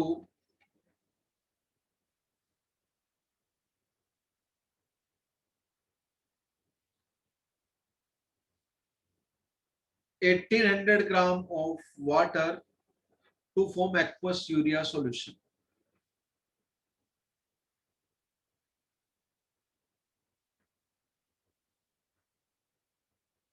मैं ज्यादा चीज पूछना चाहता हूं इसलिए मैं डेंसिटी ऑफ सॉल्यूशन भी दे देता हूं। डेंसिटी ऑफ सॉल्यूशन है, सॉल्यूशन की डेंसिटी है 1.2 ग्राम पर ml में दे देता हूं। आप जानते हो 1 gram per ml is equal to 1 kg per litre is equal to 1000 kg per metre cube, है ना? अगर यूनिट कन्वर्ट करनी हो तो वो यूज हो जाएगी। अब मैं क्या क्या पूछ सकता हूँ, फर्स्ट मैं पूछता हूँ बताओ जो सॉल्यूशन बना उसका परसेंटेज बाय मास कंपोजिशन, जो सॉल्यूशन बना उसका परसेंटेज स्ट्रेंथ बताओ, जो सॉल्यूशन बना उसमें पहले मैं टेम्परेचर इंडिपेंडेंट ले लेता हूं, mole of urea mole fraction of water दोनों बताओ, है ना? मैं मोलरिटी पूछ लूं आपसे, डेंसिटी की जरूरत नहीं पड़ेगी अभी तक। अब मैं वॉल्यूम डिपेंडेंट मान लो मैं, हाँ परसेंटेज वेट बाय वॉल्यूम पूछता हूं, अब डेंसिटी के इस्तेमाल करूंगी। मैं स्ट्रेंथ पूछता हूं, मैं पूछता हूं आपसे मोलरिटी ऑफ सॉल्यूशन बताओ, कैपिटल है। मैंने बहुत सारी कॉन्सेंट्रेशन टर्म पूछ ली, मैं डेफिनेशन से चाहूंगा, कोई फॉर्मूला फिलहाल मैं यूज नहीं करता, मैथमेटिकल फॉर्मेट ऑफ डेफिनेशन। अपने मन से मैंने डेटा ले लिया, कैलकुलेशन कम ज्यादा हो सकती है, हमें तो तरीका समझना है। 60 ग्राम ऑफ यूरिया, तो क्या इंफॉर्मेशन दे रखी है, WB की value 60 gram they the, molecular mass of urea तो 60 है ही, तो NB भी हाथों हाथ निकाल लो, WB/MB 60/60 यानी कि 1 मोल है। WA की वैल्यू दे रखी है 1800 ग्राम, MA की वैल्यू तो पानी की 18 ग्राम पर मोल सब लोग जानते हैं, तो NA भी निकाल लेते हैं, कहीं पे जरूरत पड़ेगा मोल फ्रैक्शन वगैरह में मोल की जरूरत पड़ती है, इसलिए पहले से निकाल लेते हैं। 800 डिवाइड बाई 18 तो 100 मोल आ गए। 1 मोल सॉल्यूट का 100 मोल सॉल्वेंट का, यानी कि सॉल्यूशन डाइल्यूट है। अब मैं सबसे पहला रिलेशन निकालना चाहता हूं, परसेंटेज W/W। मुझे पता है ये होता है WB, डेंसिटी की जरूरत पड़ेगी जब मैं यूज करूंगा, divide by W multiplied by 100, और ये W मतलब WA प्लस WB है। सबकी वैल्यू मुझे पता ही है, ये 60 दे रखी है, ये 1800 प्लस 60 हो गया मल्टीप्लाइड बाय 100। कैलकुलेशन कर लेंगे, हमारा काम हो चुका है। सेकंड, मोल फ्रैक्शन बताओ XB। XB क्या होगा? NB divide by total mole. NB की वैल्यू 1 है, ये 1 प्लस 100 है, तो ये हो गया 1 डिवाइड बाई 101। 1 divide by 101। तो x से क्या हो जाएगा? कैलकुलेट ही मत करो, x से तो 1 माइनस एक्स भी लिख सकते हो। ये 1/101 है तो वो 100/101 अपने आप आ जाएगा 1 में से माइनस करते। नहीं तो Na divide by Na plus NB करेंगे, it will take time. It will take time. Yes और नो? नेक्स्ट निकालो, मोलैलिटी निकालो, स्मॉल m निकालो, शाबाश।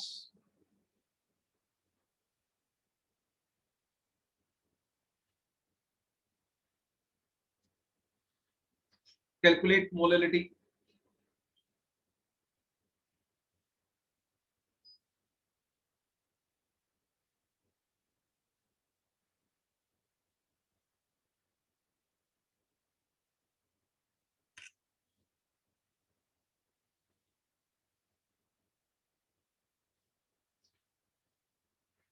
कर लिया बच्चों? मोलैलिटी की डेफिनेशन क्या होती है? मोल्स ऑफ सोल्यूट प्रेजेंट पर 1000 ग्राम ऑफ सॉल्यूशन, यही डेफिनेशन है। मुझे तो सब कुछ पता ही है। 1 मोल ऑफ सोल्यूट है कितने में? सॉल्वेंट का कितना ग्राम है?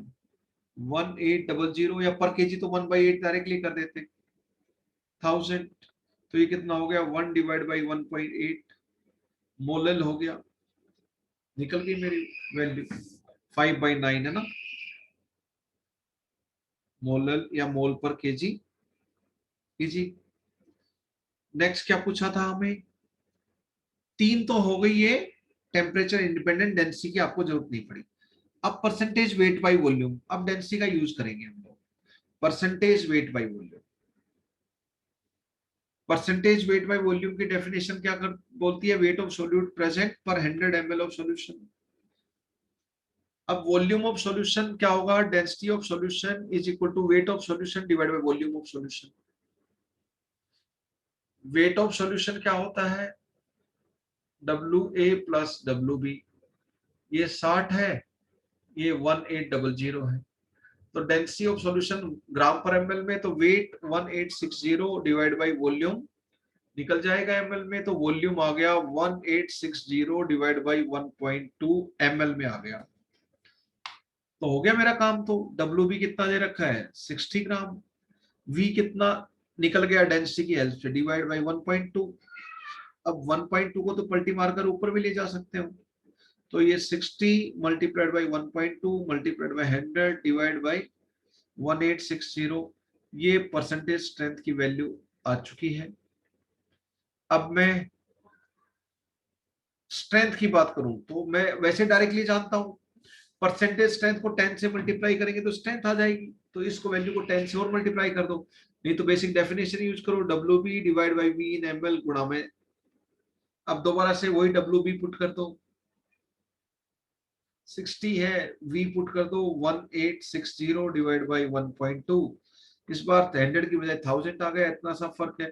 तो 60 मल्टीप्लाइड बाय 1.2 पलटी मारकर ऊपर चला जाएगा, 1000 यो का यो है ऊपर 1860, यूनिट ग्राम पर लीटर होती ही है। सिंपल। नेक्स्ट हमें निकालनी है कैपिटल M। कैपिटल M की डेफिनेशन क्या होती है? Moles of solute present per 100 ml 1000 ml of solution. अब NB मुझे पता है, 1 मोल कितने में है? 1860 डिवाइड बाई 1.2, ये ml में हो गया 1000। तो ये 1 multiplied 1.2 multiplied by 1000 divide by 1860, ये मोलर आपका आंसर हो गया। सब कुछ आ गया। We have use just the basic definitions. तो डेंसिटी की जरूरत कहां पर पड़ी? वेट ऑफ सॉल्यूशन तो हम पता ही था, सोल्यूट प्लस सोलवेंट ऐड करके। उसको वॉल्यूम ऑफ सॉल्यूशन चाहिए, और strength, percentage strength and molarity और नॉर्मलिटी, इन सब में डिनोमिनेटर में वॉल्यूम ऑफ सॉल्यूशन होना चाहिए। तो डेंसिटी ऑफ सॉल्यूशन की जरूरत पड़ी वेट ऑफ सॉल्यूशन से वॉल्यूम ऑफ सॉल्यूशन उनके डिनोमिनेटर तक पहुंचने के लिए। तो मैंने क्या बोला था, कुछ मास डिपेंडेंट कंसंट्रेशन टर्म दे दें चारों में से, पांचों वॉल्यूम डिपेंडेंट कोई पूछ ले तो डेंसिटी देनी पड़ेगी. Density is the necessary information we need to have for doing the questions. चलो बच्चों, अब इनके बेसिक रिलेशन देखेंगे. मैं बता ही देता हूं बेसिक रिलेशन सभी के सभी. सम इंपॉर्टेंट फॉर्मूलाज लिख लो जल्दी से 5 मिनट में. उन फॉर्मूला से आप करोगे तो आप ज्यादा समझदार कहलाओगे, क्योंकि ऑब्जेक्टिव में जल्दी कर पाओगे. ये अभी तक तो हम डेफिनेशन यूज करें. Some important formulas. First, relation between percentage strength and strength.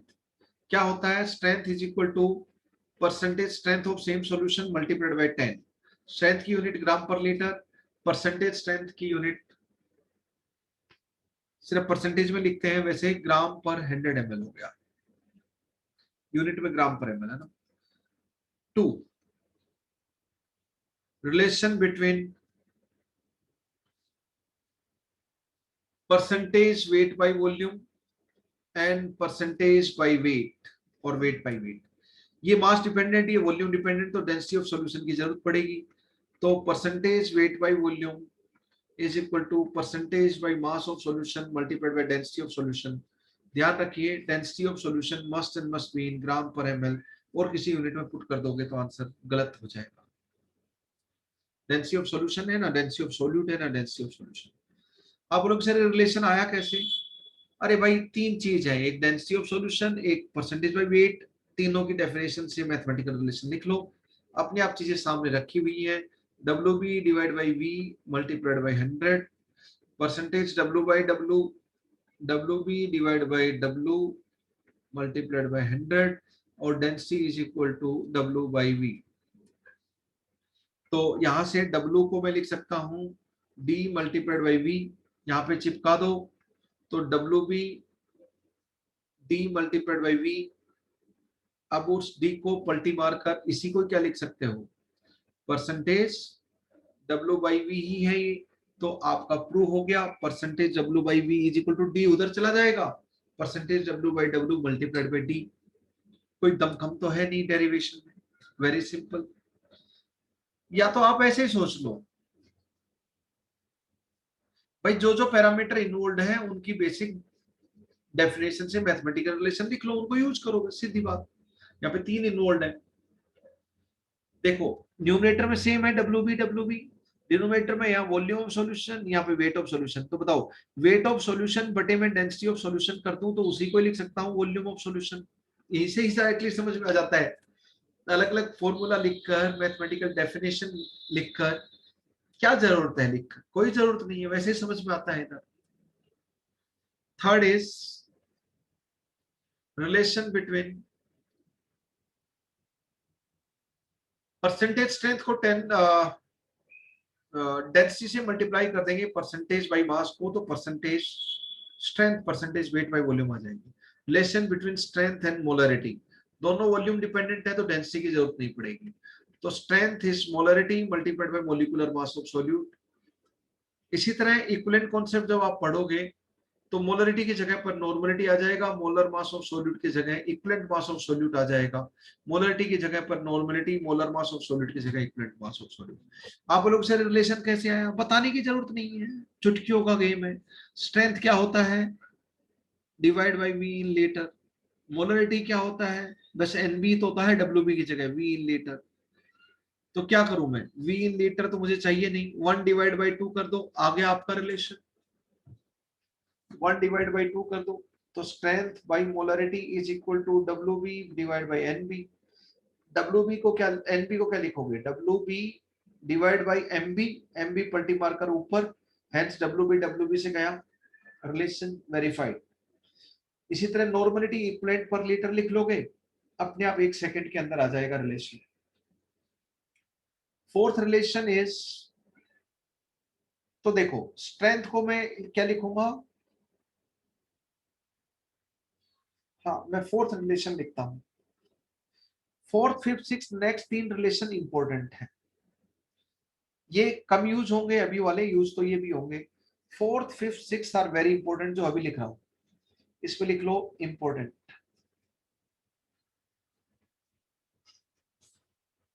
Relation between molarity and mole fraction.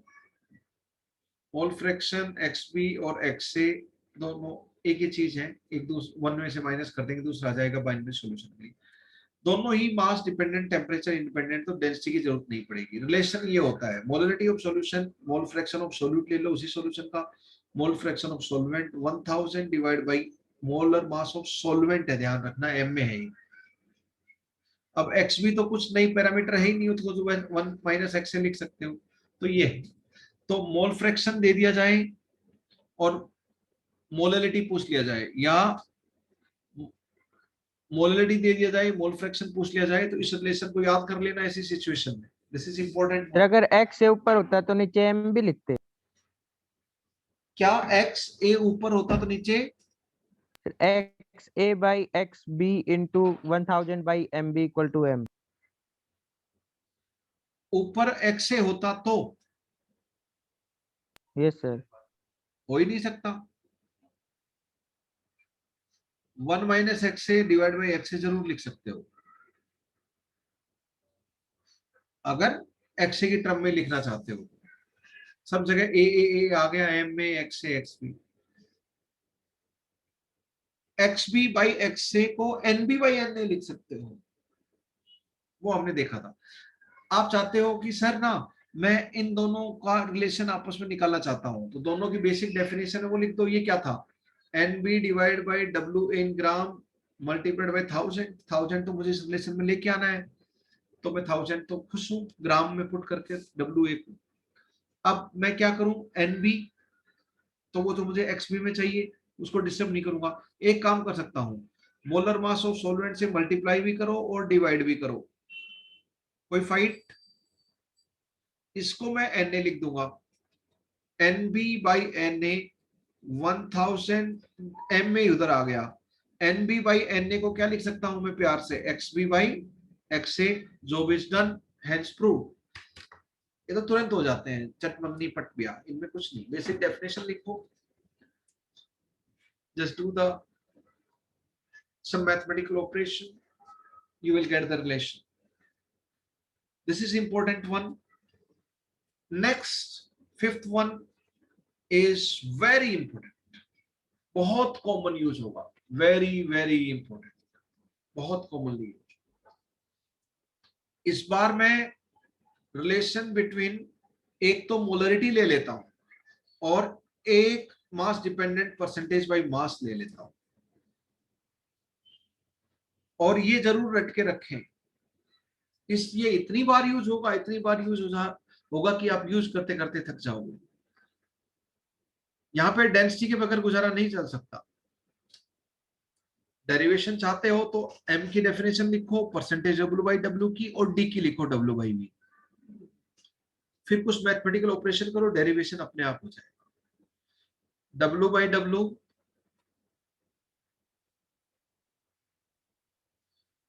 Percentage by mass दे दें, मोलरिटी पूछ लें, मोलरिटी दे दें, परसेंटेज बाई मास पूछ लें, डेंसिटी दी हुई हो तो, या ऐसे भी हो सकता है ये भी दे दें, ये भी दे दें और डेंसिटी पूछ लें। पर वैसा क्वेश्चन बहुत कम मिलता है। जनरली तो परसेंटेज बाई मास दे देंगे, मोलरिटी पूछ लेंगे, वाइस वर्सा। IIT को बड़ा पसंद है ये रिलेशन। एक बार सब्जेक्टिव में 10 मार्क्स का क्वेश्चन दिया था, जिसमें परसेंटेज मोलरिटी दे रखी थी, परसेंटेज बाई मास पूछा था और डेंसिटी भी दे रखी थी, है ना।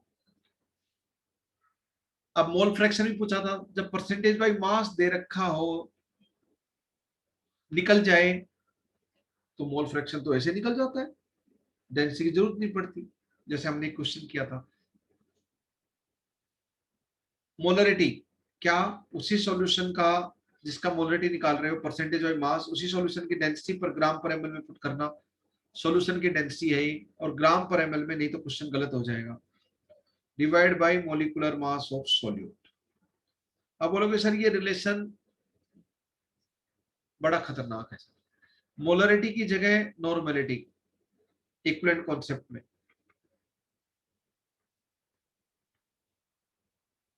तो मोलिकुलर मास ऑफ सॉल्यूट की जगह इक्विवेलेंट मास आ जाएगा। इतना ही तो फर्क करना है, पर ये यूज होगा, ये नीचे वाला यूज नहीं होने वाला। ये इक्विवेलेंट कॉन्सेप्ट के पैरामीटर डालते हैं, मोलरिटी की जगह नॉर्मलिटी और मोलर मास ऑफ सॉल्यूट की जगह इक्विवेलेंट मास ऑफ सॉल्यूट। और क्या किया? कुछ भी नहीं किया। डन।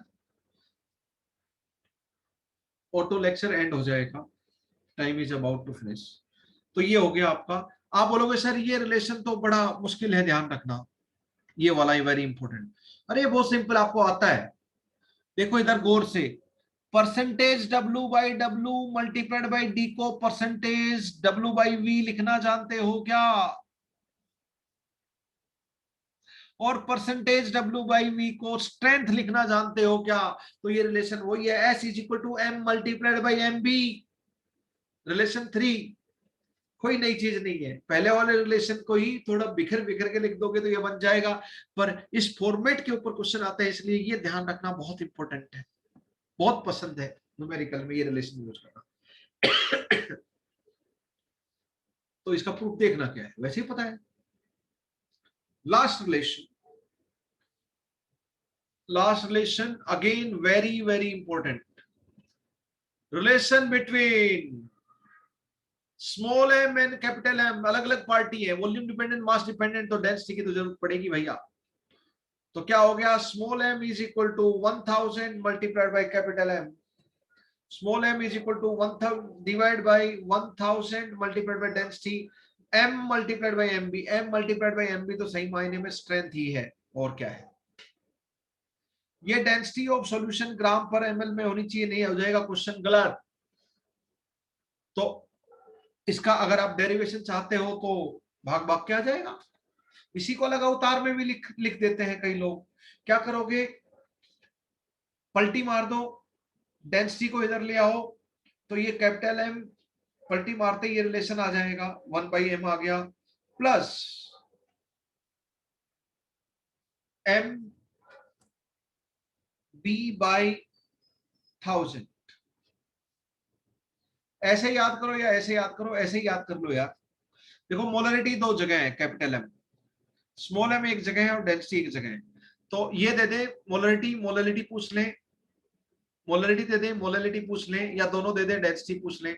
तो जनरली तो स्मॉल एम दे देंगे, कैपिटल एम पूछ लेंगे, कैपिटल एम दे देंगे, स्मॉल एम पूछ लेंगे। आप बोलोगे sir how to get it? अरे यार एम को क्या लिखो? एम को लिख दो NB डिवाइड बाई W इन ग्राम गुणा में 1000। ग्राम पर ml में लेना है तो ग्राम और ml में लिखना सीखो। कैपिटल M क्योंकि डेंसिटी ग्राम पर ml में है, NB divide by V in ml 1000 दो, और density is equal to W by V। तीन रिलेशन है, आप इससे कुछ करोगे तो ऑटोमेटिकली रिलेशन आपका आता चला जाएगा। Do some mathematical operation with this, you will get the relation. तो ये तीन रिलेशन लास्ट वाले, स्मॉल एम कैपिटल एम में, मोल मोलरिटी और मोल फ्रैक्शन में, and percentage weight by weight and molarity of solution में, ये तीनों रिलेशन बहुत इंपॉर्टेंट है। लास्ट वाले दो तो इतनी बार यूज होंगे, इतनी बार यूज होंगे, you can't forget them to remember. Right boss? Thank you very much. जय हिंद, जय भारत।